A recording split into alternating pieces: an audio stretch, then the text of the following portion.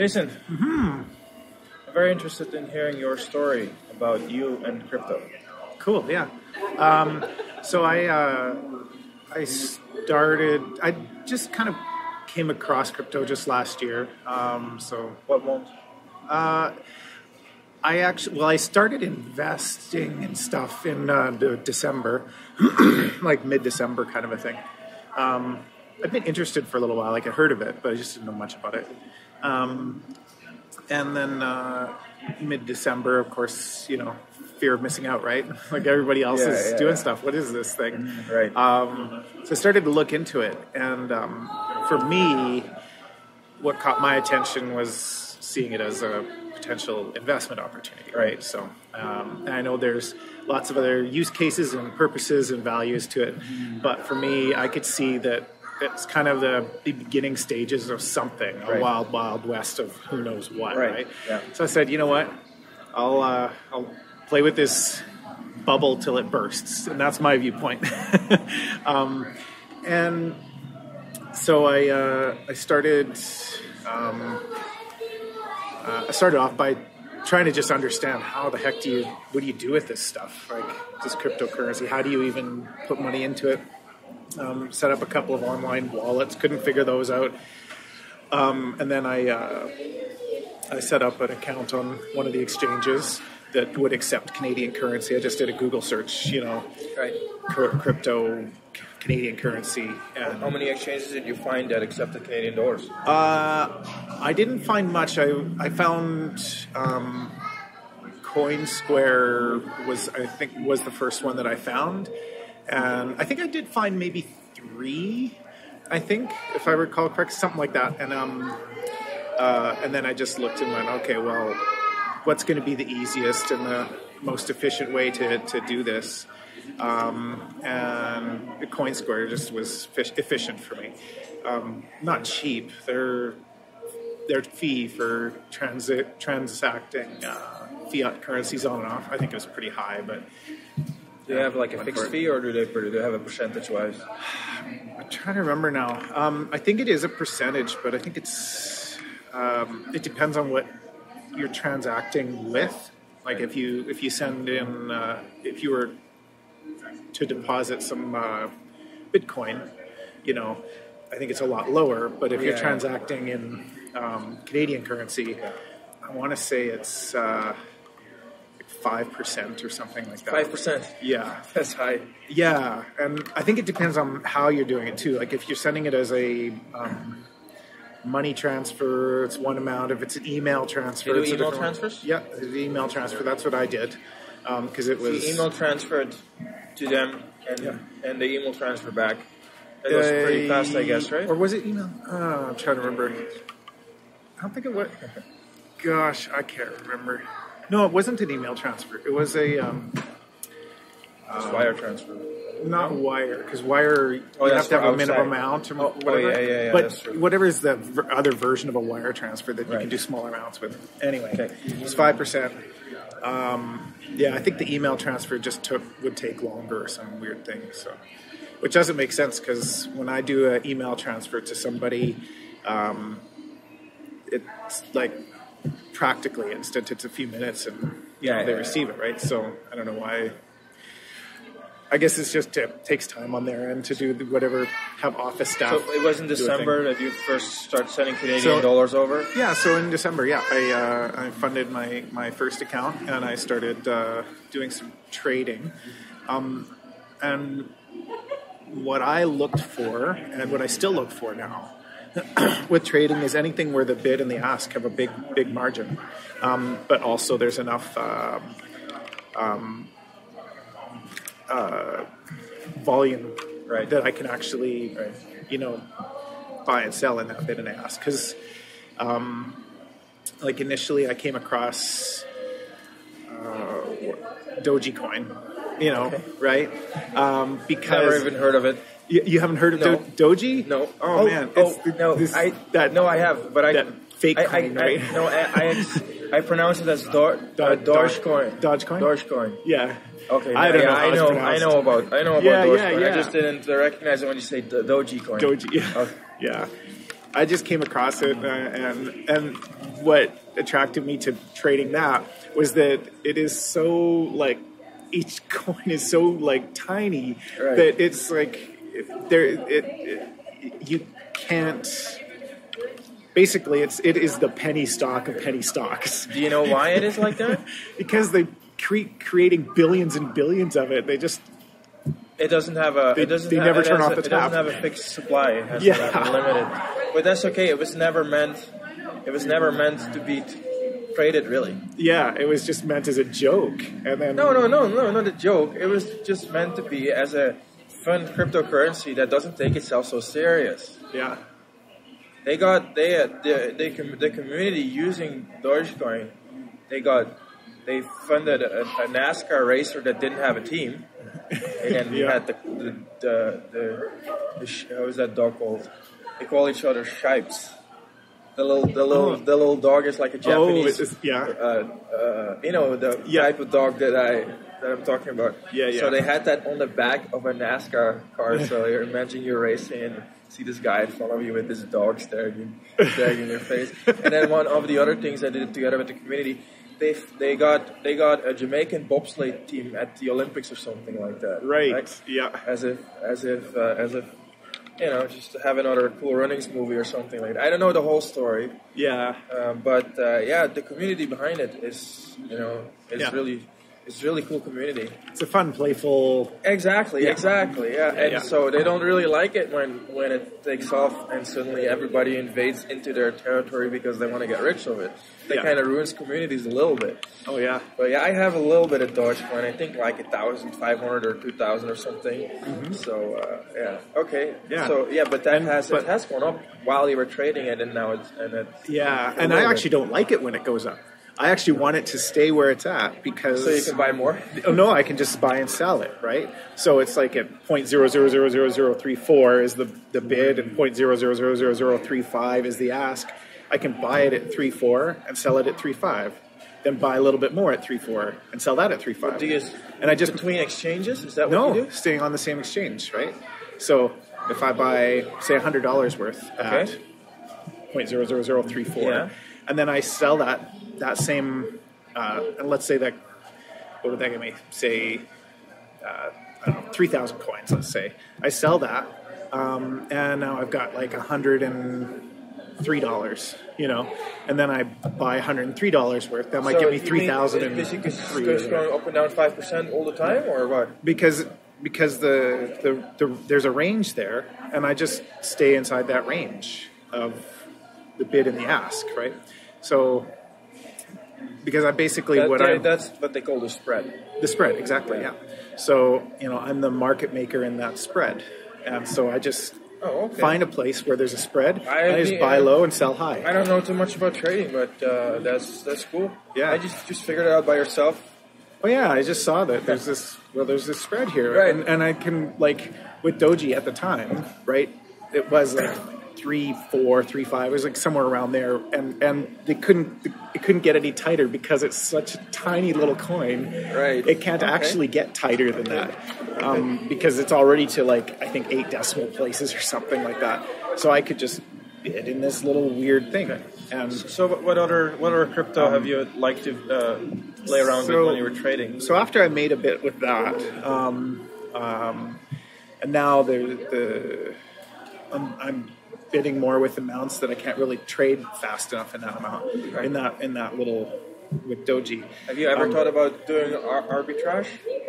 That's like, when there's different prices on different exchanges. I thought about that.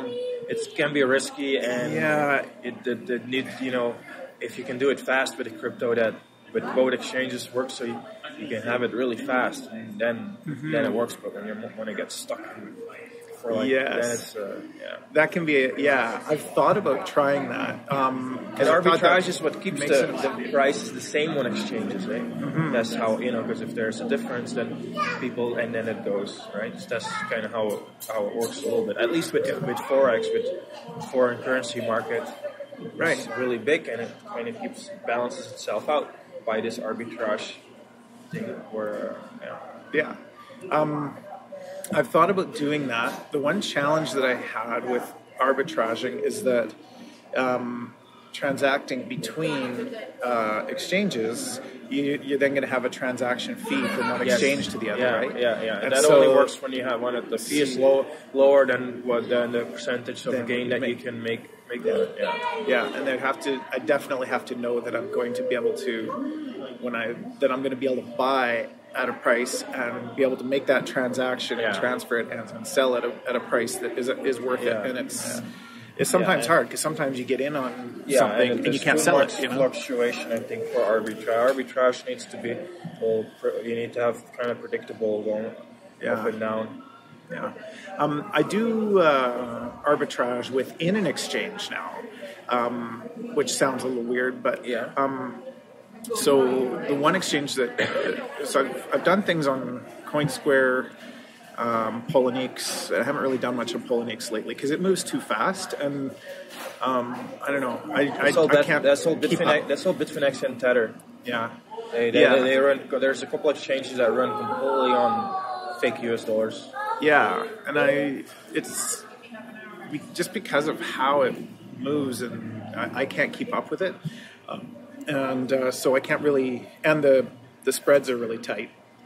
The faster it moves, the more volume it is, the tighter the spreads get, and then I can't do my spread trading. But so I like to find like smaller, lesser known exchanges that I can work with. Right. And I tried it with there was a Ethereum exchange, Ether Delta. But when I tried it there, they were having some sort of issues, and it was so slow. Like, it would take hours and hours for a transaction to even show up that I'd set a transaction, and then hours and hours later before the transaction happened, and by then the price may not have changed. And then trying to just cancel it was just a pain in the backside. So I don't know what their problems were, but it's a decentralized exchange. So instead of being centralized, where all the transactions are in, in a building somewhere, a trader over here has their wallet. This person over here has their wallet. They say, I want to buy this at this price, and then this person says, I want to sell at this price, and then it transfers somehow from that wallet to that wallet in a kind of decentralized way. Have you ever used Shapeshift.io? I've not. I've heard of it, but I haven't tried it. Exchanges that they can use Shapeshift.io. I'm not 100% sure, but the technique is called atomic swaps, I think. Okay. And because these cryptos, at least when it comes to Bitcoin, they have special type of transactions where you have 3 parties in the transaction instead of 2 parties. Okay. So I don't know if what I'm saying is correct right now, but on Shapeshift.io, Shapeshift cannot steal what you sent to them. They just facilitate, like, you want to make a certain trade between 2 cryptocurrencies directly, and they facilitate that. Without them being able to get hacked and steal, as far as I know. And the fees are then they take a little bit of a fee because they need to have an income as well. But it's primarily the miner fees that you pay.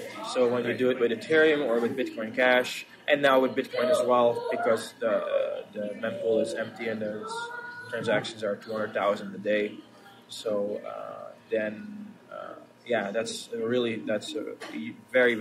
a lot of people use that website, and I'm pretty sure exchanges, just through an API, can use that as well. So there's probably the same kind of techniques as... I think that's the exact same thing, where they kind of are the intermediary, and they say this is what people are willing to bid and ask, and you put in your bid, and then the risk comes through you. But it goes maybe slower, and it's more of a hassle. So slow. But, if you're trading with $10 million, then the risk... It's worth that, because the risk is a lot lower, because there's no central point that can get hacked or go bankrupt. Right. Your coins can still get kind of stuck, but not the same. That's not the same as some hacker having them. Right. Yeah, it makes sense.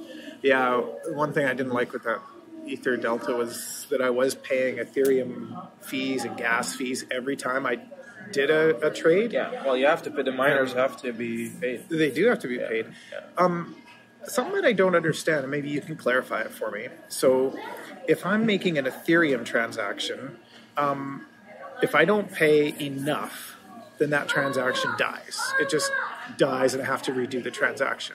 And the money I don't know goes too away. much about Ethereum. But yeah, if it doesn't get confirmed, then it's not. Then everything is still the same, and you can do it again. But you lose your transaction fee because you pay a certain amount of gas or there's like a gas limit or something where you pay for it to sit in the pool. You're asking the wrong kind of guy. I know Ethereum a tiny little bit. Yeah. But Bitcoin is what I know, but not Ethereum. Okay. So I've played around with Ethereum a little bit because their block times are a minute instead of 10 minutes. Mm-hmm. So it was really fast, and around that time it was also really cheap. But it's the same with any other crypto. If with Ethereum, there's not a fixed block. There's not a block size limit. It's a dynamic one. So the miners can collectively decide if there's an ask for so many transactions that the system starts slowing down, then they can collectively make a change. I think then the fees will go up a little bit, but then at least it doesn't become slower. Okay, that's the concept. Yeah, and then fees went to really the highest when you had that CryptoKitties game being played. Which is not a game. It's just a Ponzi scheme. Yeah, but everybody knows it, and so it's just you're doing like the chair dance with 100 people, right? Yeah, and then you got to get on the chair first. That's basically what it is. Yeah. So it's interesting because you probably don't know the history of how Ethereum started. No, maybe I don't. No. So the primarily guy that started building it. Mm-hmm. His last name is Buterin and his first name is Vitalik. Yeah. He's Russian Canadian, which is interesting. Mm-hmm. And Bitcoin purposely was kept very simple. Mm-hmm. There's a programming language within Bitcoin. What do they call it? Script or something? I really don't know. I'm not a coder. But anyways, within the Bitcoin language, the protocol, there's a lot of programming possible. Mm-hmm. But Satoshi has kind of limited that because that can also go wrong. Now, so Vitalik originally he wanted to build on top of Bitcoin, right? Have his own, but that was around the same time where he was seeing that not all of them, but a lot of the Bitcoin developers, and they call themselves the core developers. They have this one software implementation of Bitcoin called Bitcoin-QT, which is kind of Bitcoin Core.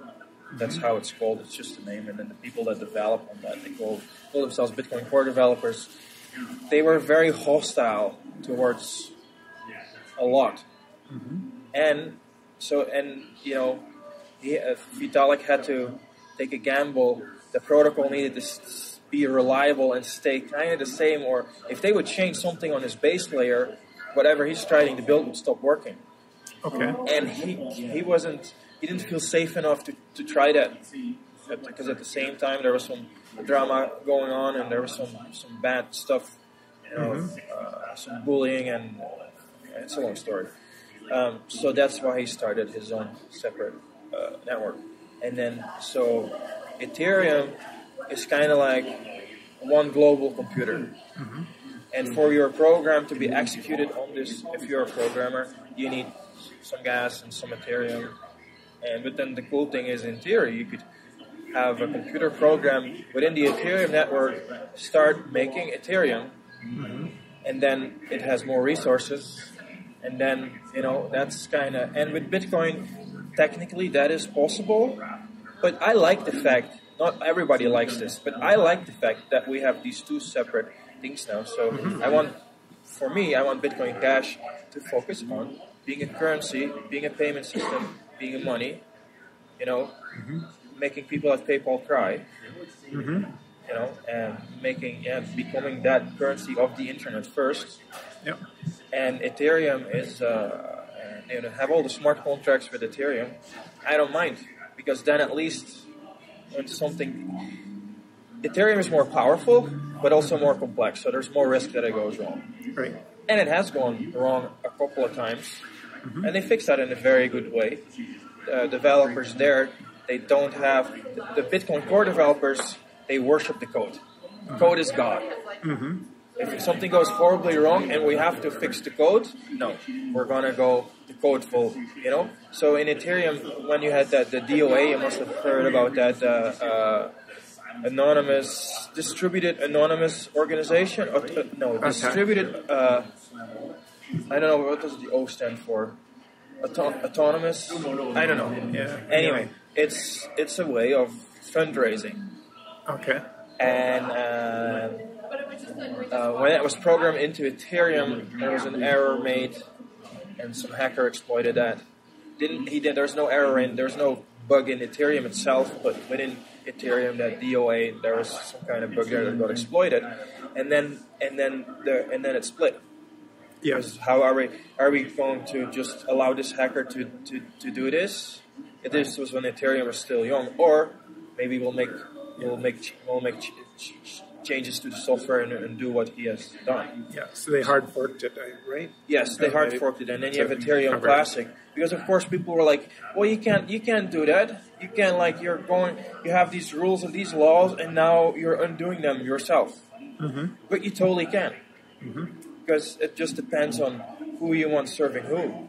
In this case, they decided it would be better for mostly everybody except for the hacker to, kind of undo that, and then Earlier we were talking about how I was doing that thing with the little space in Dogecoin, right? Well, what I found is that the smaller exchanges that don't have quite as much volume yet, or new coins that are being put on there, sometimes because there's not a lot of volume yet, there'll be bigger spaces between the bid and the ask. And sometimes it can be double, the price, the bid will be like 10 cents and the ask will be 20 cents or something like that, right? And so, but the volume might be really low. So I might be able to buy 1,000 coins at 10 cents, but to try and sell them at 20 cents, maybe it takes a while, or maybe nobody buys them, or maybe and then maybe a few of us will buy at 10 cents, and then we'll start to outbid each other, 20 cents, 19 cents, 18, 17 cents, until it comes down to a price where somebody's willing to make a deal, right? So we're market making, really. Yeah, and you're staying away from the big whales that can really, you're also not doing any margin trading. No margin trading. So what you're doing is pretty.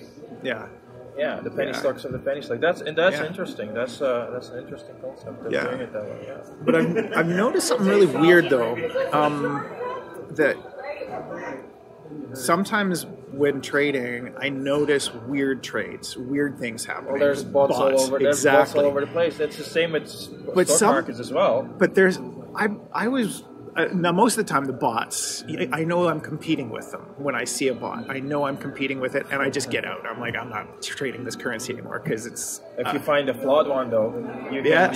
I found one. You found one? Oh my gosh! I don't know what the heck they were doing. I don't understand it. You can completely withdraw there if you find a flaw. Oh man, I cleaned house one day, literally. That's funny. So this was on coss.io, and they, I don't remember which currency it was off the top of my head, but one day I see this, there was like a 50% gap between the bid and the ask, right?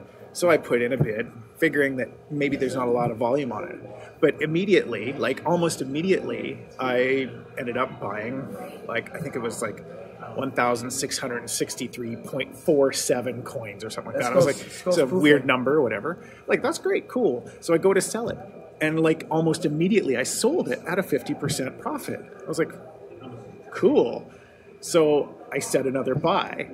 And immediately somebody sells me 1,663.47 coins. And I was like, it's weird. It's the same amount, and so I'm buying and selling. And so it gradually, my bid and ask, I was building more and more coins because I was buying and selling more. I had more and more money, right. But it was only buying and selling like this 1,663.47 coins on each side, but it kept doing it over and over again. And I'm like, why are you doing this? You're losing 50% of your money every time you do this. You're giving me money, but I'll take it. Right. And so that lasted for about 2 hours. This thing just kept doing that. So I think I must have 5 times the money that I had at that point in 2 hours, because it just kept doing this crazy thing. And it was like, this makes no sense. And when I looked at the transaction history, it was this weird number of the amount that it was doing. And it was like, it's got to be a bot. But what was its purpose? I'm puzzled. Why would somebody program something like that? Just to create volume, I assume? You'll never know. Because it was a new currency, right? Or a newer currency that maybe only been on the market for a week or a few weeks or something, right? Yeah, so they'll probably create volume. So I'll take advantage of that. That's a stupid way of creating volume. There's way better. Terrible. If you want to create volume, you just have 2 bots. And you just sell back and forth between yourself. And I kind of wonder if that's what they intended, and I just outbid the one bot, and they just had a price sitting there. Because there was another like maybe one of the bots malfunctioned or whatever it was. Yeah. And one of the things that I'm not too interested in trading, but I'm learning some what's the word I'm looking for? Jargon, right? Yeah. So like spoofing is when. Because you can see the order book, right? Mm-hmm. You can see all the asks and the bids. Spoofing is when you put an order in, but then at the last possible seconds you remove it out of the order book, right? Because people tried making a change based upon that information that order is in the order book, and then the software withdraws it. So you have like this wall, and then suddenly it's gone. Yeah. So that's the thing that's called spoofing. And of course everybody's jumping on crypto. Mm-hmm. I would say all the smart people that write software that are not making money anymore with the high frequency trading and that kind of stuff, that's just insane. Like you have flash crashes there where a stock or whatever can drop like 50%, but just like for 30 seconds, Mm-hmm. But then, that totally offset all the algorithms that are not used to having that amount of, So, with crypto, you can totally get away with it as long as you do everything in crypto, and then they're not stupid. They eventually put everything in Bitcoin because they understand and they're like, this is highly volatile, and this crypto is probably not going to be around in the next 10 years somewhere because we're basically playing a game, right, with everybody else. Yeah. So then it's hard to get if you put it in fiat, then the law can trace you down and take your fiat away. But as long as you have everything in Bitcoin and you just have the words memorized, if the last thing before they arrest you is put all your coins into one address and memorize the seed for it, how are they going to take that away from you? True. Right? And then you come out of prison and you just hope that Bitcoin is still around. And this is kind of a crazy story I'm telling, but because the regulation isn't there on the crypto side, it's just websites that you play a game on. Basically, that's kind of what it is. But not just any game. These cryptos, some of them are legitimate, and they have, what kind of profit have you made since December, since you started doing this? Yeah, good question. So I think, and it's hard to track it necessarily, but I would estimate about 15 times my money. 15 times? Yeah, which isn't much. I didn't start with much, right? But I'm not like 15 times is that's a huge return. Yeah, since December. Yeah, but I reach a point where I can't. March now. The way that I'm trading, I reach a point where I can't move my money fast enough, right? Like it's not like the same as somebody who who invests and then just leaves it there. Right. Like so a lot of people, they're buying Bitcoin, for example, and just leaving it there, and letting it grow, Yeah. So anybody who bought it, a year ago for $500 or $1,000, it's now 10 times that, right? So, so people are, mortgaging their houses. I'm not touching that. No. I'm actually using the profits to pay off debt. And you got into it when Bitcoin was at peak. It was already, it was and already now it's at the down high. since it's it down. hit 20,000. Yeah. And so your day trading is just making me money, even though it's been going down. Your day trading, you're just staying away from margin trading. Yes, which is a good thing. That's really like you see it on Twitter, eh? You see it all the time. People getting liquidated. Yeah, and I don't have enough.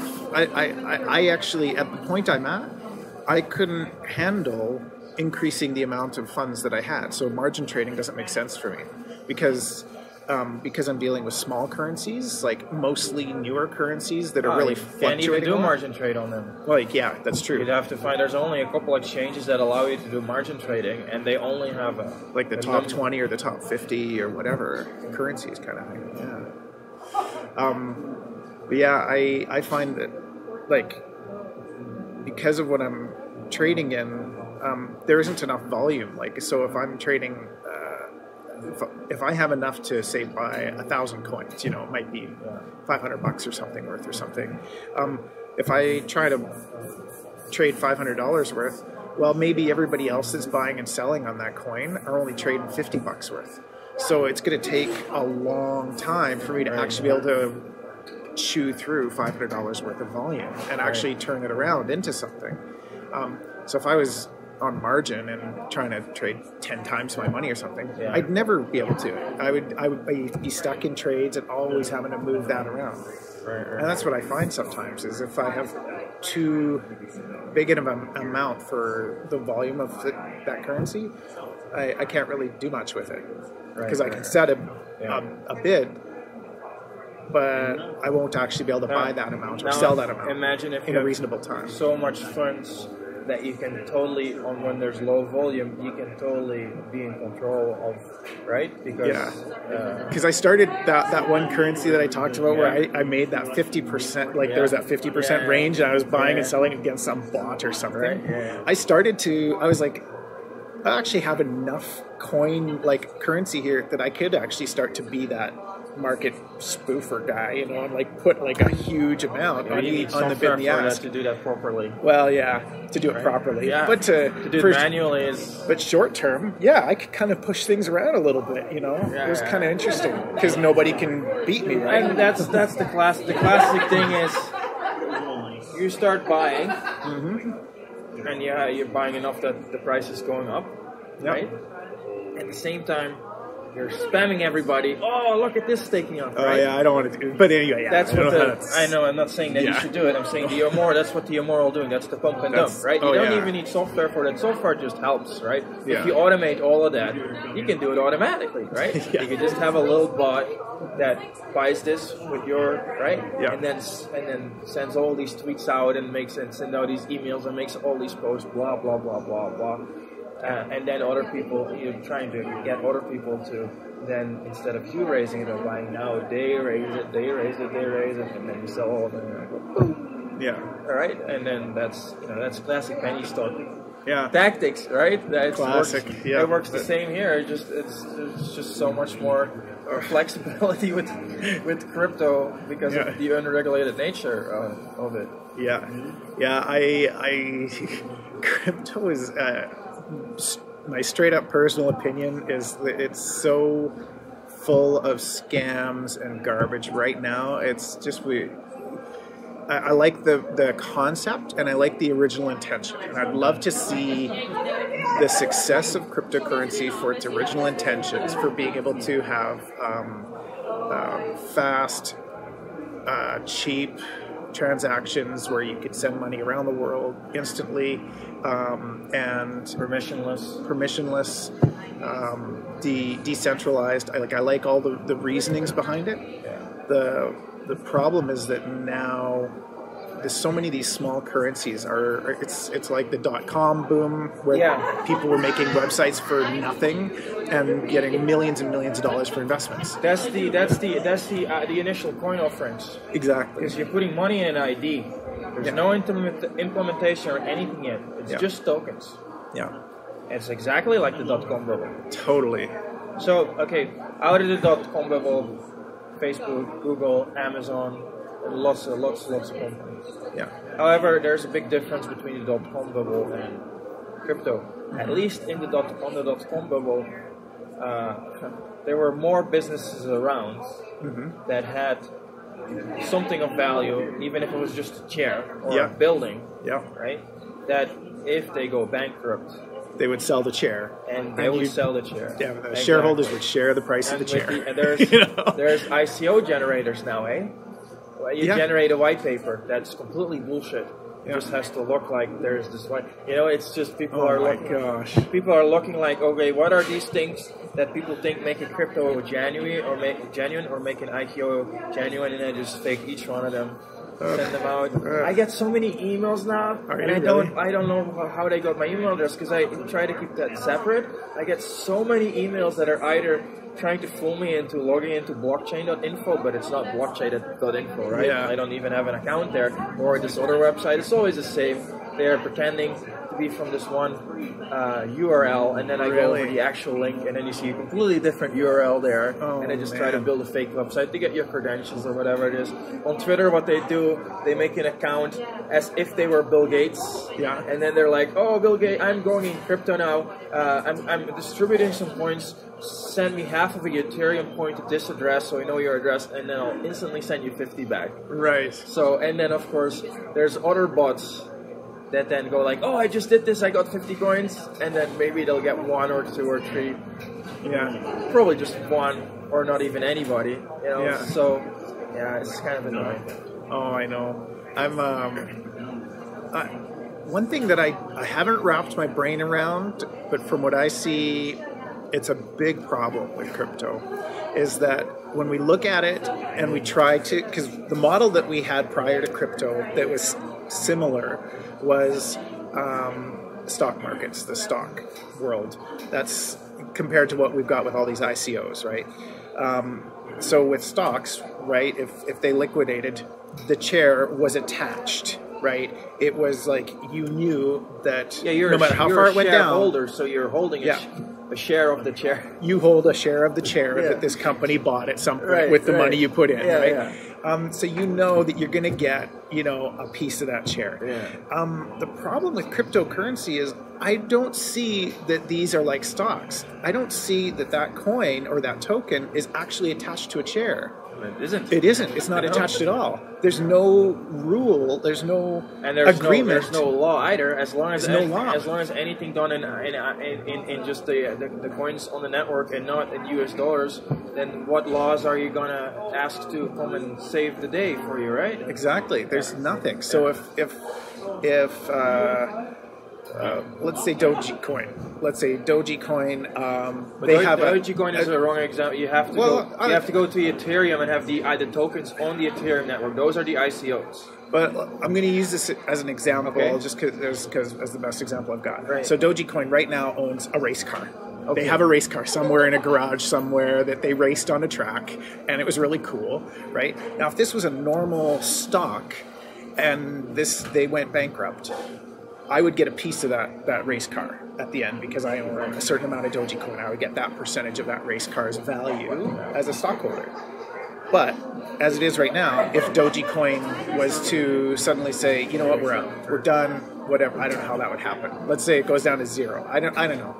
For whatever reason, Dogecoin disappears, which is really hard to do in crypto, but it just can't disappear because it's everywhere. It's decentralized. It's on a million people's computers. Sorry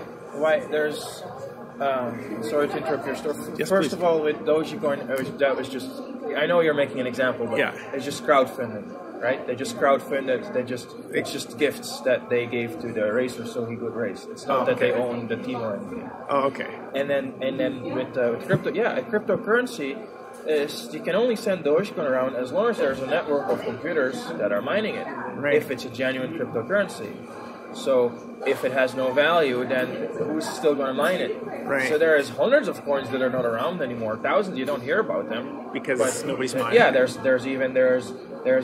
must have been 1,000 or 10,000 coins that never took off, where a guy was just. So this is how it works. You go to a Bitcoin Talk forum, and you say, "Oh, I'm launching my new coin," blah blah blah blah blah blah, and the majority of people will only be interested in joining it as soon as possible, just in hope that enough people join it so the network gets going, in the hope that eventually somebody make a transaction with it for something, in the hope that eventually it gets on an exchange, in the hope that eventually it takes off.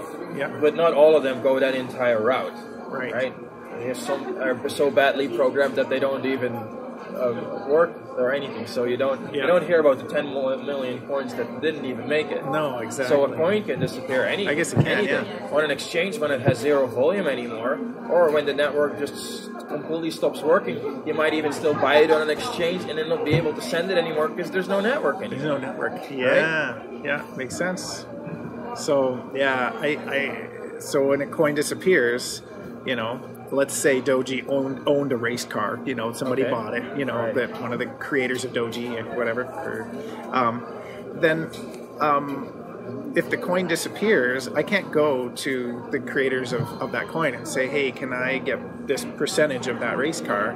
They're like, "No, you can keep your coins, which don't do you any good at all." Haha, because there's no agreement saying that those coins are actually attached to anything in the company.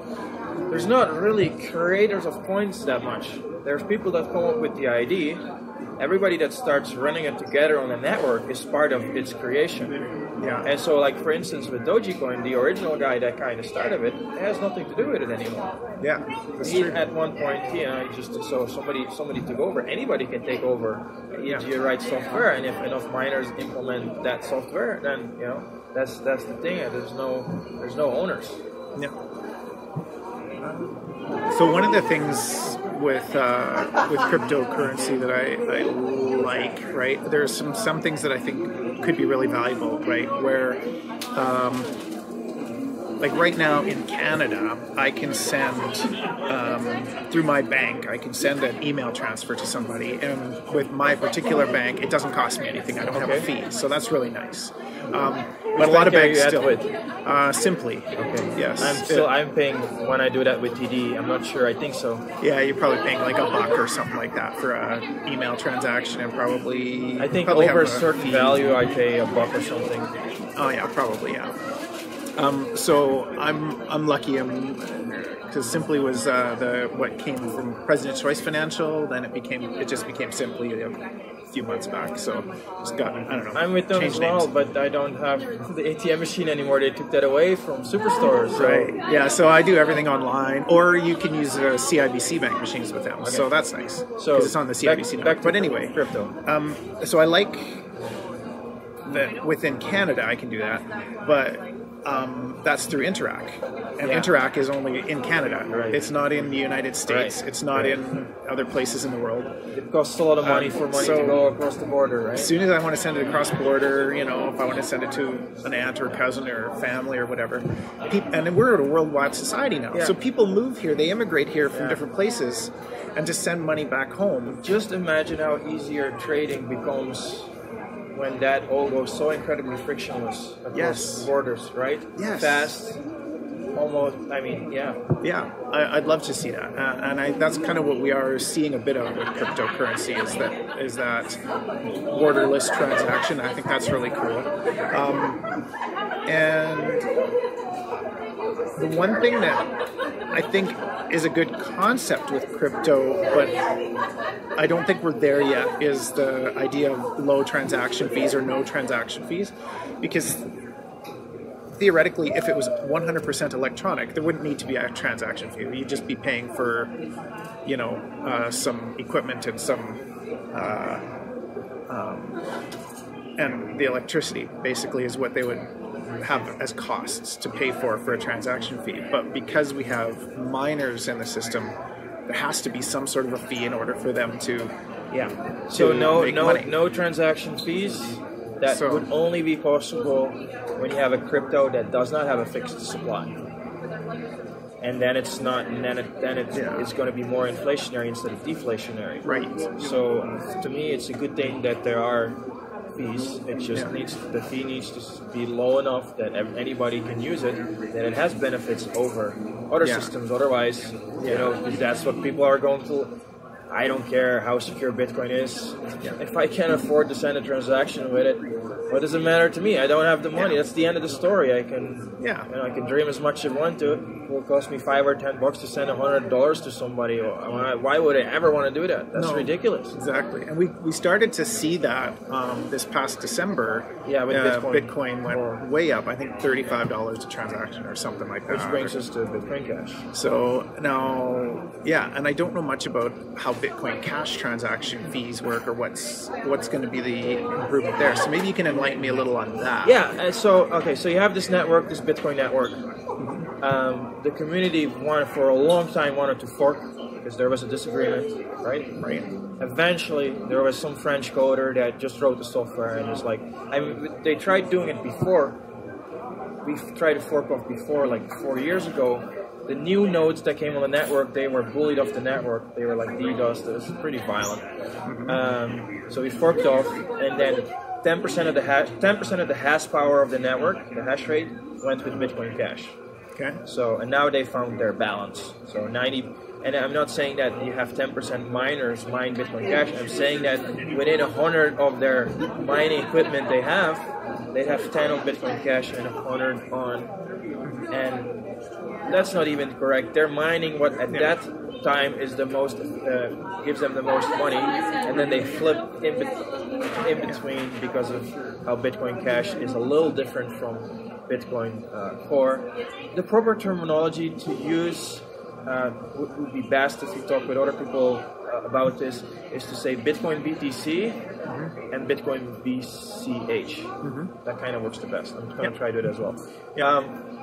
The difference is that the Bitcoin Cash people, they wanted to scale by making the block size limit a little higher.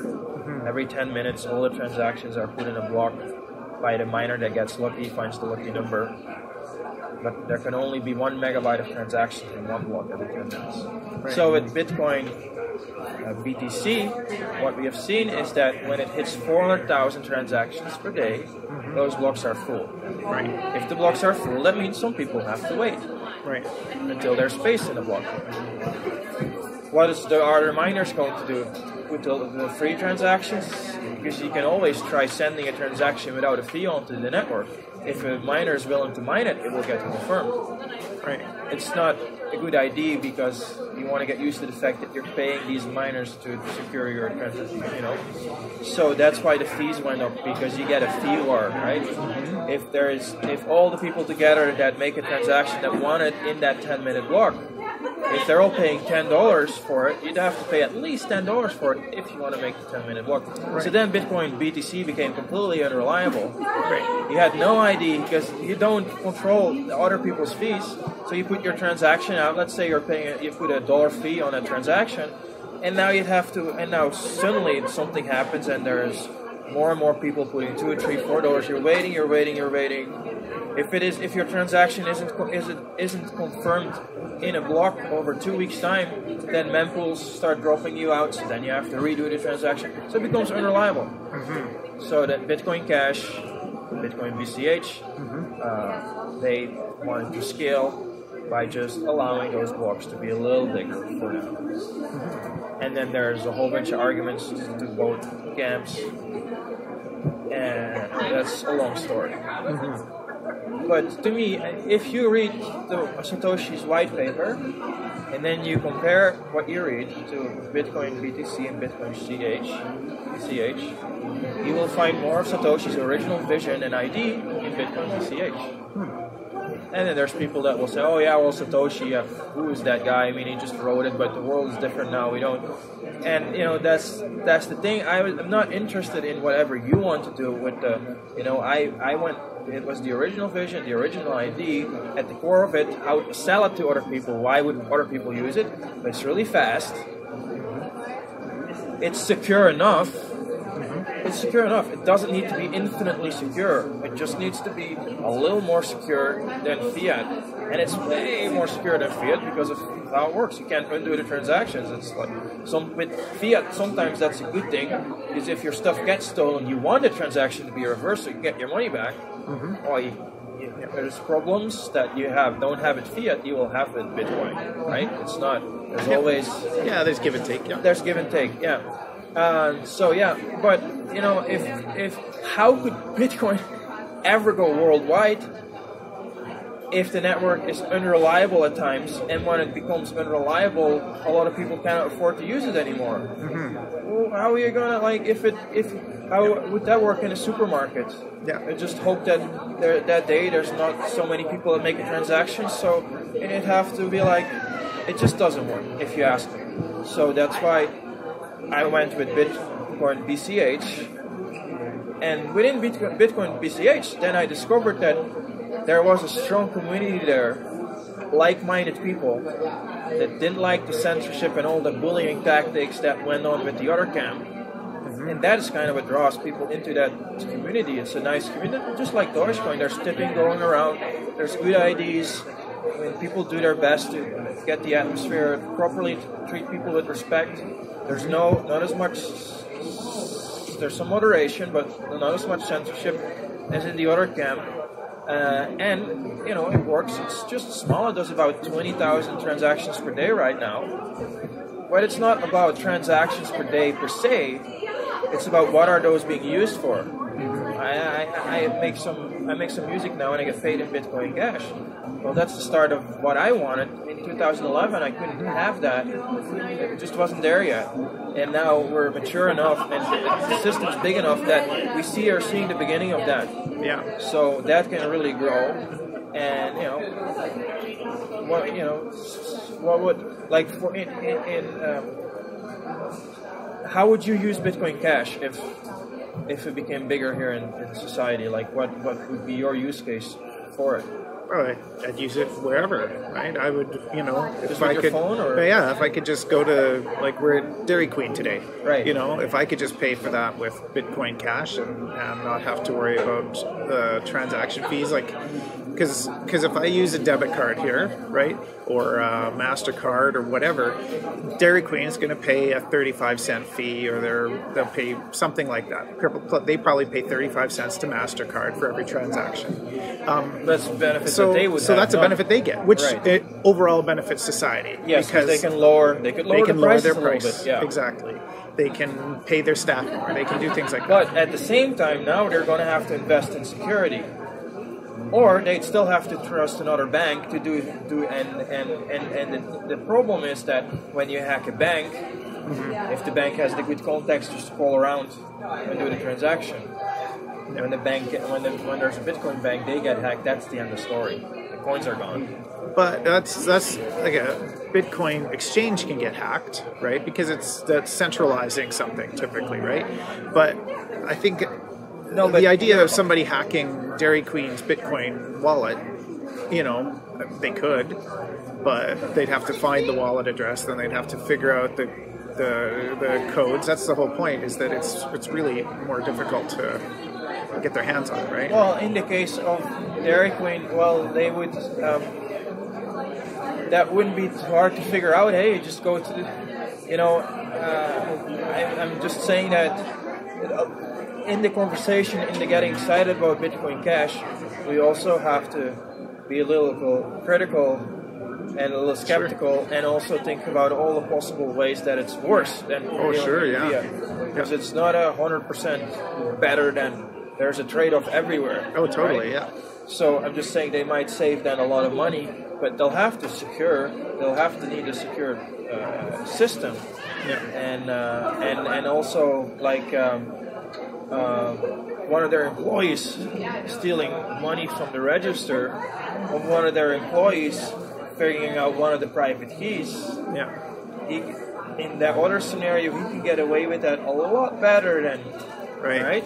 Because with the physical cash, there's the fingerprints and everything, right? And here, he just has to take a picture of the key without anybody knowing about it, and then it can just be like I didn't do anything. It probably got hacked by a Russian hacker, which you couldn't say, oh, I didn't steal. Somebody from Russia flew all the way here to take cash out of the register. It wasn't me. They see the difference. Totally, yeah.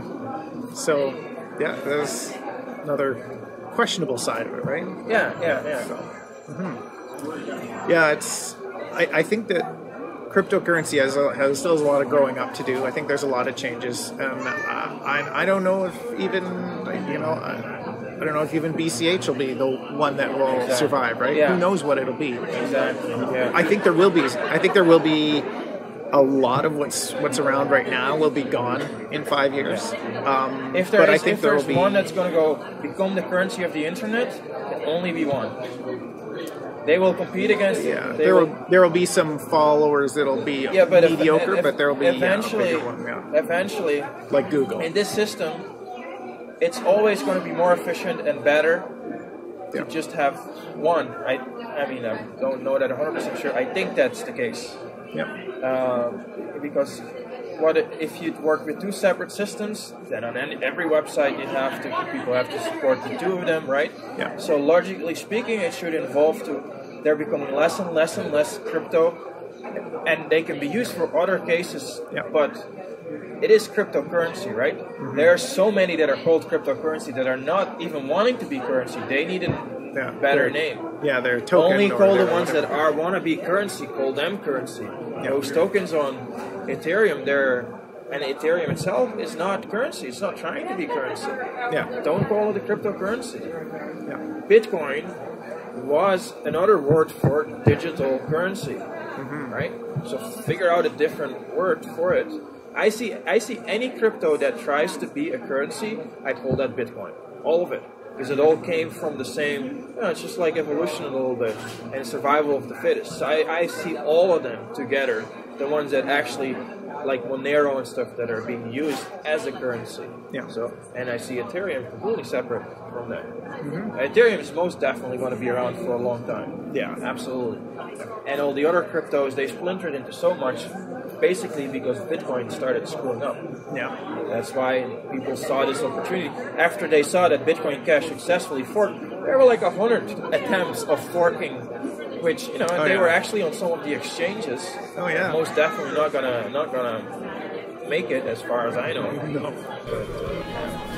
Anyway, we'll conclude right here. Yeah. This is good. This was a good conversation. Yeah. I know there was more things I was going to say at some point in time, but we'll save that for another one. Yeah. Yeah.